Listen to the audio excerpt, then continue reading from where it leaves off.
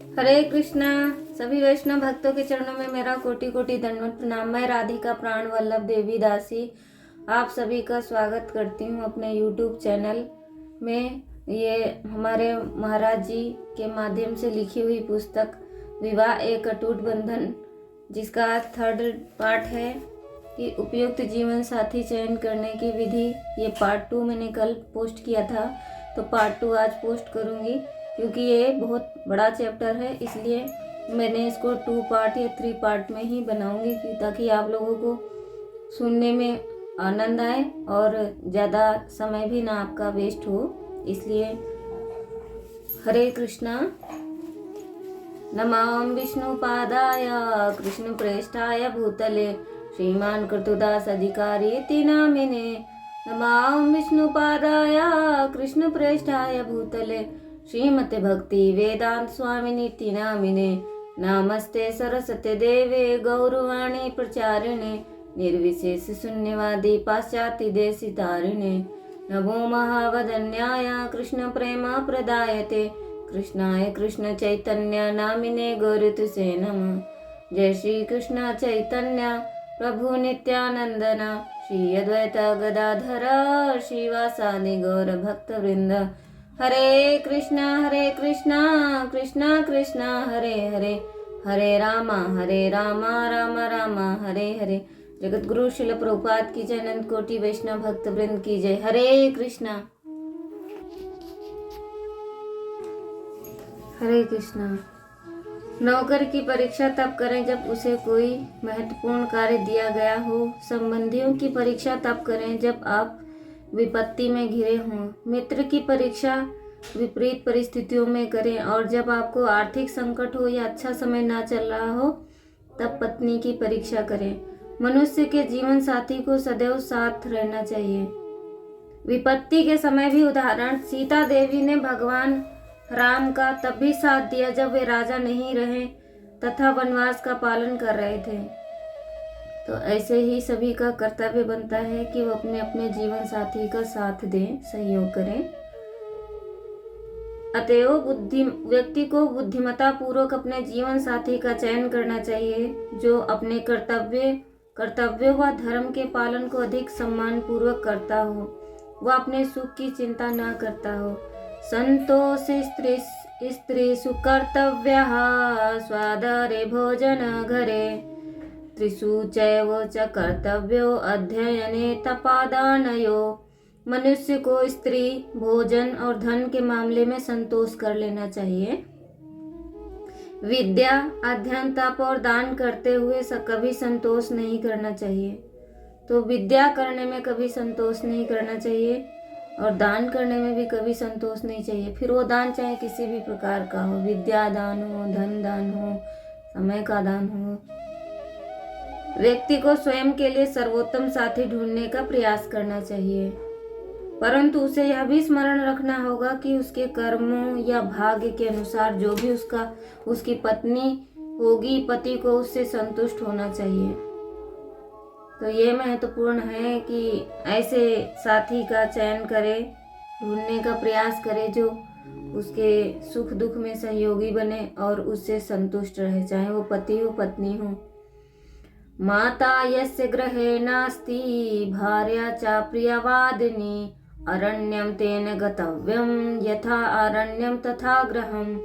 जिसके घर में ना माता हो और स्त्री अप्रियवादिनी हो, उसे वन में चले जाना चाहिए, क्योंकि उसके लिए घर और वन दोनों एक समान है। जिसके घर में कोई स्त्री नहीं होती है और कोई माता नहीं होती है तो उसको वन में चले जाना चाहिए, क्योंकि उसको क्या फर्क पड़ता है कि वो घर में है या वन में है। इसलिए व्यक्ति को ऐसे जीवन साथी का चयन करना चाहिए जो मृदुभाषी हो तथा सामाजिक व्यवहार में निपुण हो। ऐसे नहीं कि बाहर की सुंदरता हो और बस। यस्य पुत्रो वशीभूतो भार्या छंदानुगामिनी विभवे यस्य संतुष्टस्य यस्य स्वर्ग इहैव इहि। उस व्यक्ति ने धरती पर ही स्वर्ग को पा लिया जिसका पुत्र आज्ञाकारी है, जिसकी पत्नी उसकी इच्छा के अनुसार व्यवहार करती है तथा जिसे अपने धन पर संतोष है। तो उसके लिए तो स्वर्ग यहीं पर है। जिसका पुत्र आज्ञाकारी हो, पिता की हर बात को मानता हो और जिसकी पत्नी उसके इच्छा अनुसार उसके साथ में व्यवहार करती तथा अपने वो घर से संतोष में हो। इस श्लोक में चाणक्य पंडित जीवन साथी के अच्छे व्यवहार की महत्ता का वर्णन करते हैं, जिससे आपसी संबंध सुदृढ़ होता है। सामाने शोभते प्रीति रागी सेवा च शोभते वाणिज्यम व्यवहारेषु स्त्री दिव्या शोभते ग्रहे। समान स्वर वालों से ही मित्रता शोभा देती है। राजा के प्रति सेवा शोभनीय है, वैश्यों के प्रति को व्यवहार करना ही शोभा देता है। शुभ स्त्री घर ही शोभा देती है। जो शुभ स्त्री होती है उसको घर ही शोभा देता है, बाहर इधर उधर घूमना भटकना नहीं। प्रोक्त श्लोक में ग्रह में उत्तम स्त्री होने का अर्थ है ऐसी पत्नी होना जो सतीत्व का पालन करती हो तथा व्यक्ति को जीवन साथी का चरित्र के आधार पर चयन करना चाहिए कि बाह्य सुंदरता के आधार पर चरित्र की सुंदरता देखनी चाहिए। बाहरी सुंदरता क्या करनी है? बाहरी सुंदरता वाले क्या ही करते हैं? क्या वो अमर हो के आते हैं संसार में या कुछ लेके आते हैं? कुछ नहीं ना। तो बाहरी सुंदरता को ज़्यादा महत्व ना देकर आंतरिक सुंदरता देखनी चाहिए, क्योंकि उसकी सुंदरता बाहरी सुंदरता से क्या लेना जब उसको कोई कार्य में निपुण ही ना हो।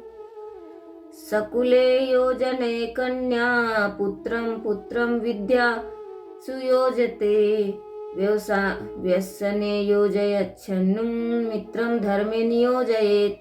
कन्या का विवाह किसी उत्तम घर में करना चाहिए, पुत्र को पढ़ाई लिखाई में संलग्न करना चाहिए, मित्र को धर्म कृष्ण भावना व्रत में तथा शत्रु को शोक संतप्त कर देना चाहिए। यही व्यवहारिकता है, अर्थात शत्रु को क्षमा कर देना चाहिए।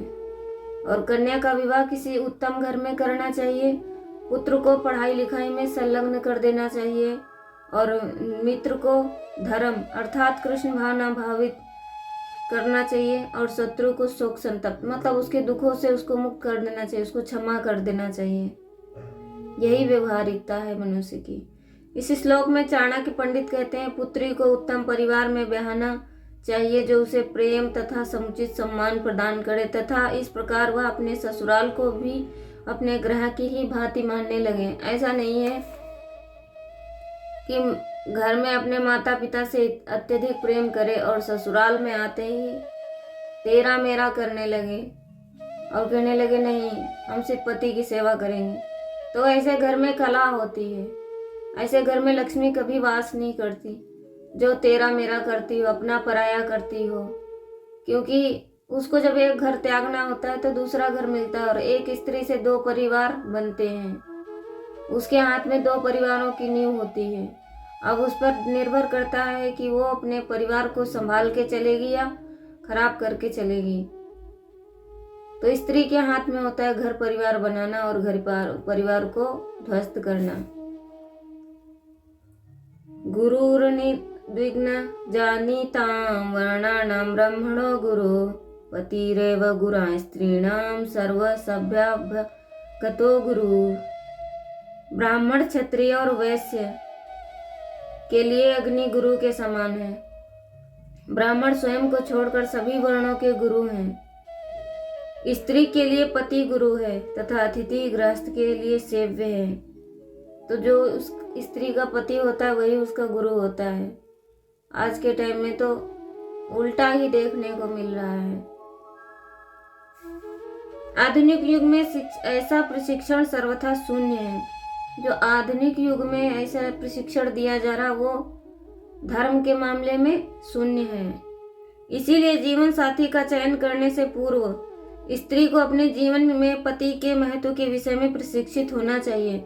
जैसे कि हमारे घरों की मिडिल क्लास के घरों की माताएं होती हैं, वो अपनी बालिकाओं को घर गृहस्थी की हमेशा ही शिक्षा देती हैं। उनको बोलते हैं कि बेटा ऐसे नहीं ऐसे करना है और वो डांटते भी हैं। डांटने का अर्थ ये नहीं है कि वो आपके बारे में बुरा सोच रहे हैं, वो प्यार से ही डांटते हैं। उनको चिंता होती है कि अभी हमारी बेटी सीखेगी नहीं तो अगले घर में वो अपना घर गृहस्थी कैसे संभालेगी। लेकिन आज के जो प्रशिक्षण दिया जाता है, वो क्या प्रशिक्षण दिया जाता है कि मतलब घर में अगर बेटी के ससुराल में कुछ जरा सा भी अनबन हो जाती है तो माएँ कहती हैं कि बेटा कोई बात नहीं, तुम चले आओ, हमने तुम्हें इसलिए नहीं वहाँ पे भेजा है कि तुम गधे के जैसे काम करती रहो, तुम्हें लड़ने झगड़ने के लिए नहीं, दुख झेलने के लिए नहीं। भाई मनुष्य योनि में आए हैं तो सुख दुख का तो अनुभव होगा ही।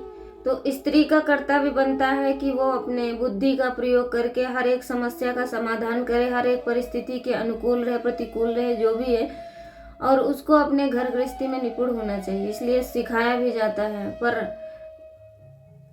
पुत्रियां नहीं सीखे तो ये माता पिता का दोष नहीं है, इसमें पुत्री का ही दोष है कि उसने अपने सीखा क्यों नहीं। और यही आगे चल के जो आज का प्रशिक्षण दिया जाता है कि मैं अकेले रहूंगी, माँ बाप की सेवा नहीं कर पाऊंगी, मेरे से ये नहीं हो पाता है, तो ये सब मूर्खता है, व्यर्थ है, अहम है, अभिमान है, अज्ञान के कारण ही होता है।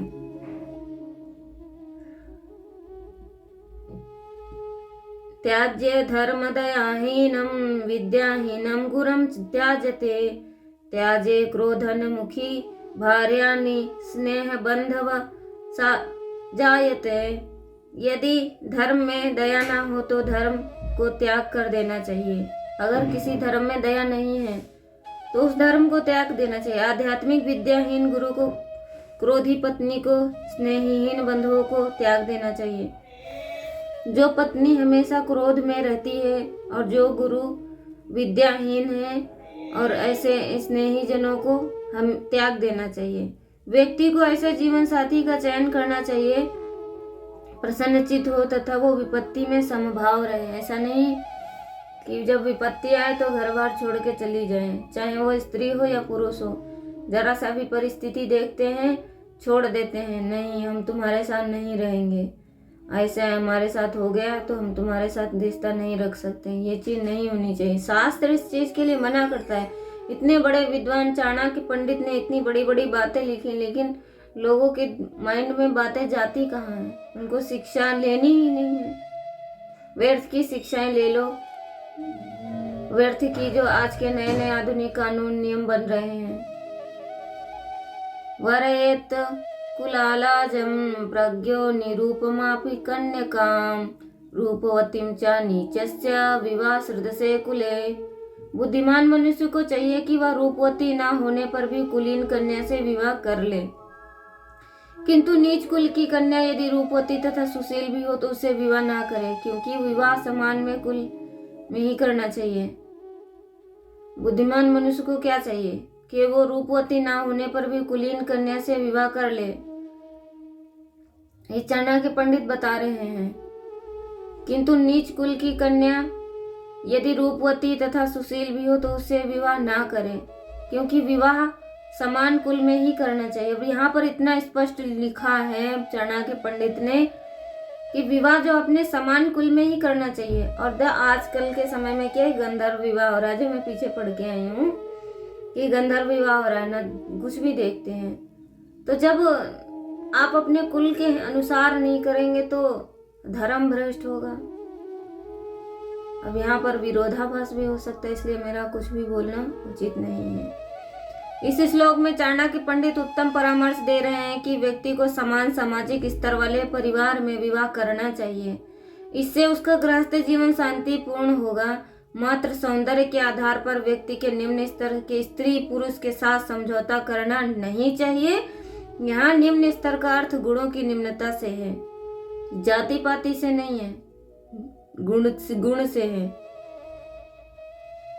अब गुण सुंदर है, सुशील है, गुण है नहीं, तो चमड़े का क्या करना है? वो तो 2 दिन में खत्म हो जाएगा। वही पत्नी उत्तम है जो पवित्र, सा भार्याया सुचिदक्षा, सा भार्याया पतिव्रता, सा भार्याया पतिव्रता, सा भार्या सत्यवादिनी। वही पत्नी उत्तम है जो पवित्र और कुशल हो, वही पत्नी उत्तम है जो पतिव्रता हो, वही पत्नी उत्तम है जो जिसे पति के प्रति प्रीति हो, वही पत्नी उत्तम है जो पति से सत्य बोले। चाणक्य पंडित कितना सुंदर लिख रहे हैं। इसलिए व्यक्ति को ऐसे जीवन साथी का चयन करना चाहिए जो भगवान श्री कृष्ण का भक्त हो तथा प्रेम पूर्ण व ध्यान रखने वाला हो। श्रीमद् भागवत के 12वें स्कंद में वर्णित है, कलयुग में विवाह मैथुन तृप्ति पर आधारित है। ये बात सत्य है कि कलयुग में जो भी विवाह होते हैं वो मैथुन तृप्ति पर आधारित होगा, कि बस मैथुन में ही संलग्न रहो। और ये सत्य है, कटु सत्य है। 12वें स्कंद में 5,500 साल पहले ही व्यासदेव जी ने लिखा था। ये बात आज कलयुग में सत्य हो रही है। पहले से ही लिख दिया गया था कि मनुष्य इसको श्रवण करके अपने आप में परिवर्तन करे और सतर्क रहे, सावधान रहे। जैसे ही मैथुन तृप्ति में बाधा आएगी, तुरंत संबंध विच्छेदन का प्रश्न उत्पन्न हो जाएगा। जैसे ही मनुष्य अल्प बुद्धि मनुष्य बद्ध जीवों की मैथुन में बाधा आएगी तो तुरंत संबंध विच्छेद कर लेंगे, क्योंकि उनकी बुद्धि तो भ्रष्ट हो चुकी होगी। उनके जो मस्तिष्क है उसमें तो मैथुन क्रिया ही चल रही होगी, फिर कलह होता है। जो लोग आध्यात्मिक जीवन में रुचि नहीं रखते वे मैथुन जीवन को वैवाहिक जीवन का केंद्र मानते हैं। ये कड़वा सत्य है। जो लोग आध्यात्मिक जीवन को कुछ समझते ही नहीं है वो लोग सबसे ज्यादा मैथुन जीवन को ही वैवाहिक जीवन का केंद्र मानते हैं कि हमने शादी तुमसे इसीलिए की थी ताकि मैं अपनी इच्छाओं को पूर्ण कर सकूं। अब वो आध्यात्मिक नहीं है तो उन्हें क्या समझ में आएगा कि ये सब पशुवत जीवन है। वो सिर्फ इस विवाह का केंद्र यही मानते हैं। विवाह का केंद्र सिर्फ ये नहीं है, विवाह का केंद्र सारी इच्छाओं पर निर्भर करता है। घर गृहस्थी को संभालना, परिवार को देखना,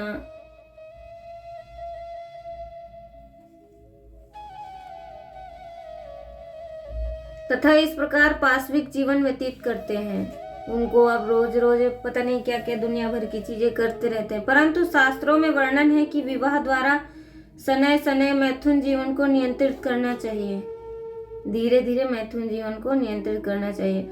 इस प्रकार व्यक्ति को आध्यात्मिक रूप से उन्नत जीवन साथी से विवाह करना चाहिए, या जिसकी भक्ति में जीवन में उन्नत होने की आकांक्षा हो, उसी को अपना उसी से विवाह करना चाहिए जिसका जीवन भक्तिमय हो या भक्ति में उन्नत होना चाहते हैं। अपने जीवन साथी का चयन करने के लिए दिशा निर्देश। हमें जीवन साथी चयन गुणों तथा स्वभाव के आधार पर करना चाहिए। एक देवता एक देवी से विवाह करना चाहिए। वह तब भी प्रसन्न रह सकता है। यदि एक देवता किसी असुर स्त्री से विवाह कर लेता है तो वह दोनों सुखपूर्वक नहीं रह सकते।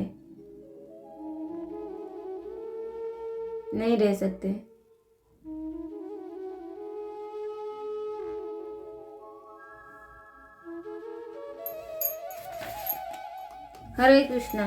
तो अब इसकी दूसरी सीरीज आएगी। हरे कृष्णा हरे कृष्णा। जगत गुरु श्रील प्रभुपाद की जय। अनंत कोटि